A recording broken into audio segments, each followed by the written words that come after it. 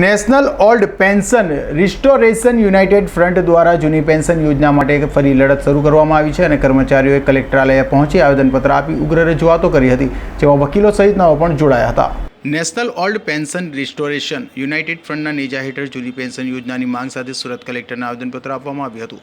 એક તરફ વિધાનસભાની ચૂંટણી નજીક આવી રહી છે ત્યારે વિવિધ સંગઠનો દ્વારા સરકારનું નાક દબાવવા માટે વિવિધ વિરોધ કરવામાં આવી રહ્યો છે. જો સરકાર દ્વારા કર્મચારીઓની માંગ સ્વીકારવામાં નહીં આવે તો આવનારા દિવસોમાં રાજ્ય સંઘ દ્વારા ઉગ્ર આંદોલન સાથે માસ સીએલ પર ઉતરવાની પણ તૈયારી કર્મચારીઓ બતાવી છે.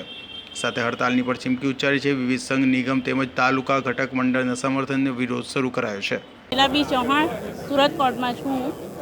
અમારી માંગ એટલી જ છે કે જૂની પેન્શન યોજના શરૂ કરવામાં આવે અને એનપીએસને રદ કરવામાં આવે, કારણ કે એમાં જ દરેક નિવૃત્ત કર્મચારીઓનું હિત રહેલું છે. અને અમે અત્યારે અમારા પબ્લિક પ્રોસિક્યુશનનું જે એસોસિએશન છે તેની સાથે અમે છીએ અને જ્યાં સુધી અમારી માંગ પૂરી ના થાય ત્યાં સુધી અમે એમની સાથે જોડાયેલા રહીશું. જે પહેલાં એનપીએસ લાગુ કરતા હતા અને અત્યારે જે નવી લાગુ પેન્શન યોજના કરવામાં આવી રહી છે એમાં કેટલો તફાવત જોવા મળી રહ્યો છે અને કઈ રીતના નુકસાન થાય છે? એનપીએસમાં એવું છે કે શેરની ઉપર આધારિત છે. જો તે વખતે શેરનો ભાવ ઊંચો હશે તો તે પ્રમાણે નિવૃત્ત કર્મચારીઓને પેન્શન ચૂકવવામાં આવશે અને ઓપીએસ છે તમને રેગ્યુલર દર મહિને પગારના ધોરણ પ્રમાણે મળશે, એટલે અમને જ નુકસાન જાય એવું છે.